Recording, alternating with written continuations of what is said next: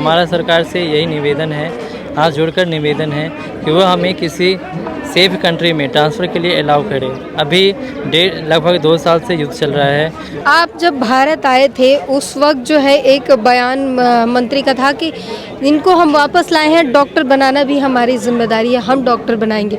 क्या वो अपनी बयान भूल गए?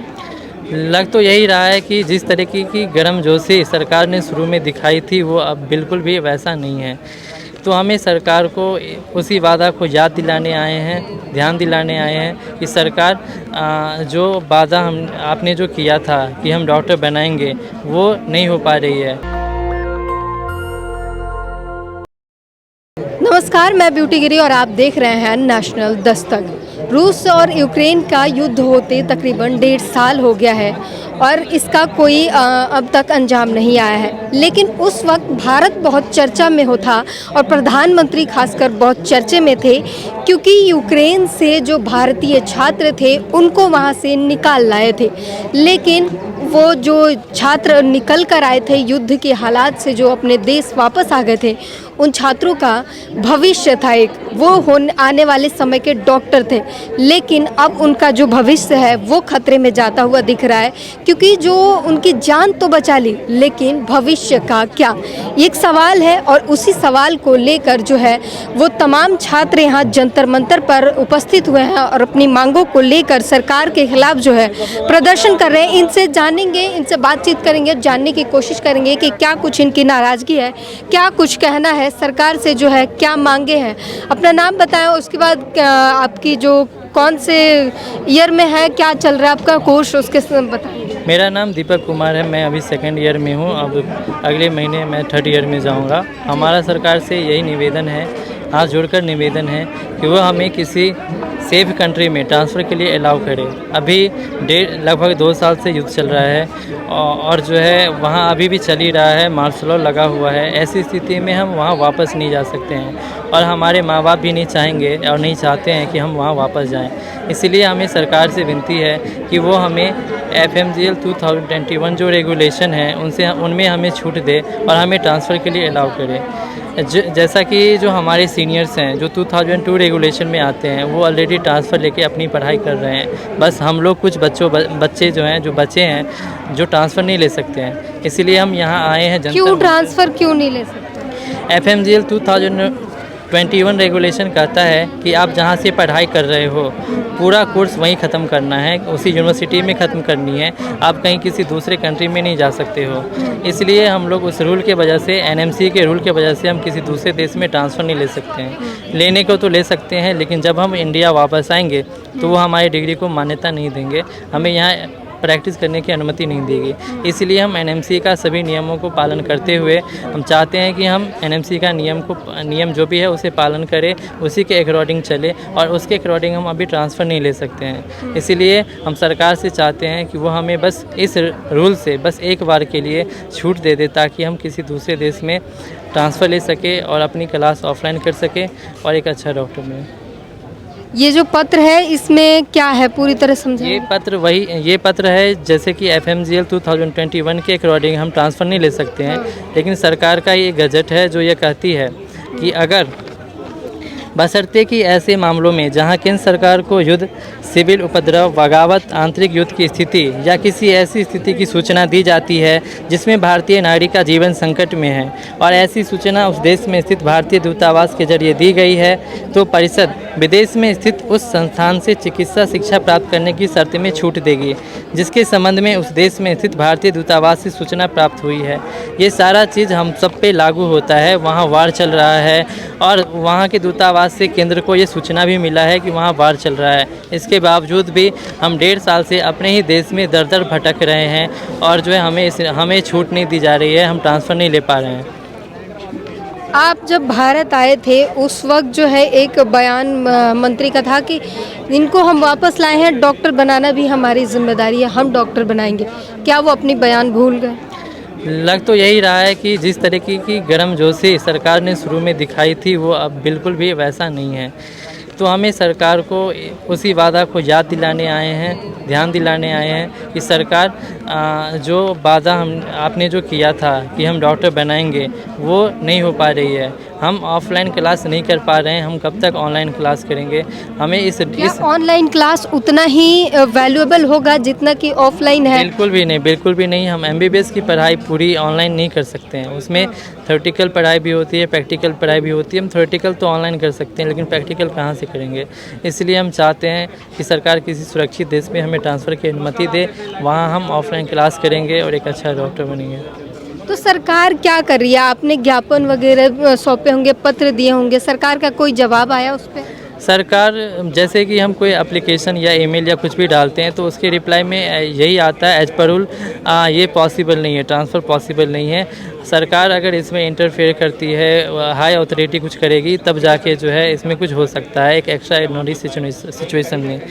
पॉसिबल क्यों नहीं है? कोई रीज़न देती होगी सरकार कि क्यों पॉसिबल नहीं है? सरकार के तरफ से जो एम्प्लॉय है उनका जो रिप्लाई आता है तो उसमें एनएमसी की एक नियम है, एफएमजीएल, जिसके लिए हम यहाँ आए नियम हैं। के अलावा और कोई वजह, सीट ना होना या कहीं और से दबाव होना? नहीं, इसमें सीट की कोई सवाल ही नहीं है। हम इंडिया में कोई भी इंडिया से कुछ बड़ा चीज़ नहीं मांग रहे हैं। बस एनएमसी एक नोटिफिकेशन जारी करेगी कि आप बच्चों इस नियम से आप फ्री हो वन टाइम के लिए, ताकि आप किसी दूसरे देश में ट्रांसफ़र ले सकते हो, हम जाके वहाँ कर सकते हैं।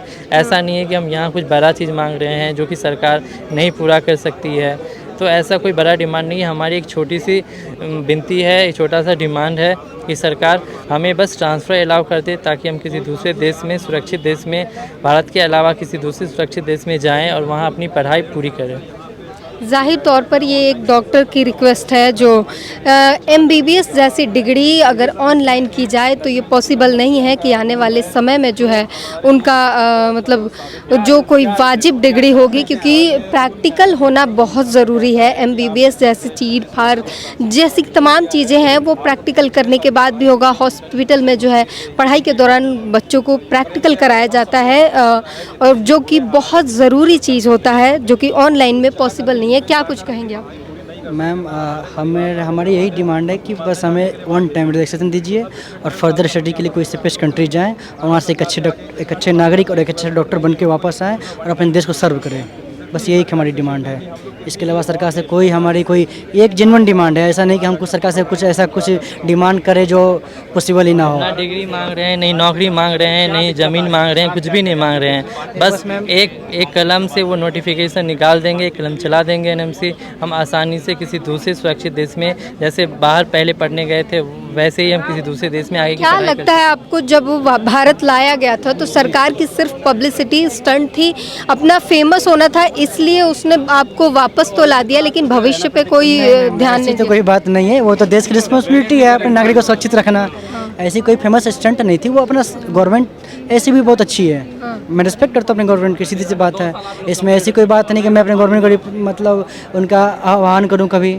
हमारी गवर्नमेंट काफ़ी अच्छी है, वो सभी की रिस्पेक्ट करती है, सभी की बात सुनती है, हमारी बात सुनेंगी। मुझे आशा है कि हमारी भी सरकार हमारी बात सुनेंगी और हमें अलाउ करेंगी, मुझे आशा है, क्योंकि हम उन्हें पता है कि हमारी डिमांड जेन्युइन है। ऐसी कोई फर्जी नहीं है कि हाँ हम लोग कोई फर्जी बारा में आंख बंद की और कुछ बक रहे हैं। आप कब से ये डिमांड कर रहे हैं? मैम, हमारी जो फिजिकल ये जो प्रोटेस्ट कर रहे हैं करीब जुलाई 3rd या 4th के आसपास से हम लोग कंटिन्यू फिजिकली डिमांड कर रहे हैं। और उससे पहले हम लोग लेटर्स लिखे हैं हायर अथॉरिटीज़ को। हाँ, अभी तक मैं ये एक्सेप्ट करता हूँ कि हाँ अभी तक उन्होंने कोई पॉजिटिव रिस्पांस नहीं दिया है, बट मुझे आशा है, हम सभी को आशा है कि सरकार से उन्होंने हमारे लिए कुछ जरूर सोचेंगी। बट मैं यही कहना चाहता हूँ कि वो ये सोचने में लेट ना करें, थोड़ा जल्दी करें, क्योंकि हमारी भविष्य है जो समय रहते भविष्य बचाया जा जी, यही हमारी बातें हैं मैम। तो और भी लोगों से बात करेंगे, क्या कुछ कहेंगे आप? मैम, मैं यही कहना चाहती हूँ कि सरकार हमें ट्रांसफ़र परमिट करे और हम सब अपने पढ़ाई को कंटिन्यू कर सकें। कहाँ, मतलब ट्रांसफ़र लेकर कहाँ जाना चाहेंगे? कोई भी कन्वीनियंट कंट्री में जहाँ सिचुएशन नॉर्मल हो, वॉर जोन ना हो, हमारे बजट में आए, वैसा कंट्री में हम सब ट्रांसफ़र लेकर के पढ़ाई करना चाहते हैं। आपने ट्रांसफ़र के लिए सरकार को ज्ञापन सौंपे, पत्र लिखे, कुछ रिप्लाई आया, जवाब आया सरकार की तरफ से? मैम, हम सब ने बहुत प्रयास किया, बहुत ग्रेवियांस डाले, पत्र लिखे, लेकिन रिस्पांस कुछ भी नहीं आया। हम लोगों को इनडायरेक्टली बोले तो कुछ भी वो लोग जवाब ही नहीं दिए। क्यों जवाब क्यों नहीं दे रहे हैं? क्या मतलब ही नहीं है?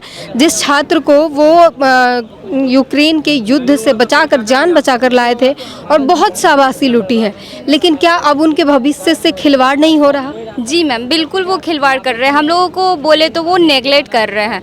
अगर उनको हमारे प्रति चिंता होती तो वो ज़रूर हम लोगों को कोई ना कोई मदद करते या फिर हम लोगों को ट्रांसफ़र परमिट करते। लेकिन हम यही बात कहना चाहते हैं कि बस एक टाइम के लिए हम लोगों को रिलैक्सेशन दे और हम लोगों को ट्रांसफ़र अलाउ कराएं। आए दिन ऐसे मतलब जो परीक्षा आता है तो प्रधानमंत्री जो है बच्चों से बैठकर परीक्षा पर चर्चा करते हैं। तो क्या नहीं लगता कि एक चर्चा इन छात्रों पर भी करनी चाहिए जिनको वापस लाया गया, लेकिन भविष्य का कोई पता ठिकाना नहीं है कि उनके भविष्य का क्या होगा? मैम, नरेंद्र मोदी या फिर कोई भी जो भी मिनिस्टर हैं उन लोगों को हमारे साथ एक बार बैठक करना ही चाहिए, ज़रूर डिस्कस करना चाहिए कि हमारे दिमाग में क्या चल रहा है, हम लोग आखिर चाहते क्या हैं। हम लोग 2 साल से कंटिन्यू ऑनलाइन कर रहे हैं जबकि वो वैलिड भी नहीं है। तो बस यही कहना चाहते हैं कि किसी भी तरह से हम लोगों को ट्रांसफ़र दे दें। आप कुछ कहना चाहेंगे? जी, मैं बस यही कहना चाहूँगी कि गवर्नमेंट हमें जल्दी से जल्दी ट्रांसफ़र अलाउ कर सके ताकि हम अपना 3rd ईयर से दोबारा स्टडीज़ शुरू कर सकें। साफ तौर पर ये छात्रों का कहना है जो कि आने वाले समय के जो डॉक्टर कहे जाते हैं उनका कहना है कि सरकार जो है हमें परमिशन दे, ताकि ना इंडिया में नहीं चाहिए लेकिन किसी और भी देश में जो है परमिशन दे ताकि वो जाएं अपनी पढ़ाई कंप्लीट कर पाएँ, क्योंकि ऑनलाइन पढ़ाई से जो है इनका कुछ नहीं होने वाला है। ऑनलाइन पढ़ाई उतनी वैल्यूएबल नहीं है जो कि ऑफलाइन में प्रैक्टिकल करके इनका जो है काम बनने वाला है। ऑनलाइन में प्रैक्टिकल नहीं हो सकता, सिर्फ थियोरी हो सकती है, जबकि ऑफलाइन में प्रैक्टिकल होना बेहद ज़रूरी होता है।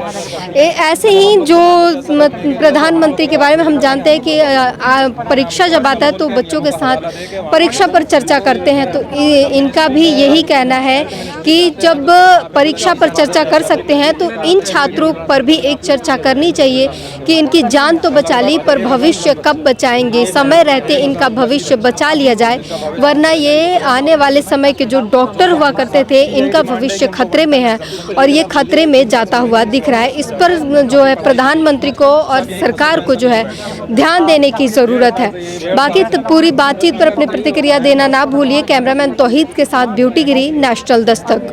नेशनल दस्तक की आपसे गुजारिश है कि अगर इसको बचाना चाहते हैं तो नेशनल दस्तक को सब्सक्राइब करने के लिए रेड कलर के सब्सक्राइब बटन को दबाएं, फिर बेल आइकन की घंटी दबाएं। नेशनल दस्तक को बचाने के लिए बहुत जरूरी है कि हर खबर को शेयर करें, लाइक करें, कमेंट जरूर करें।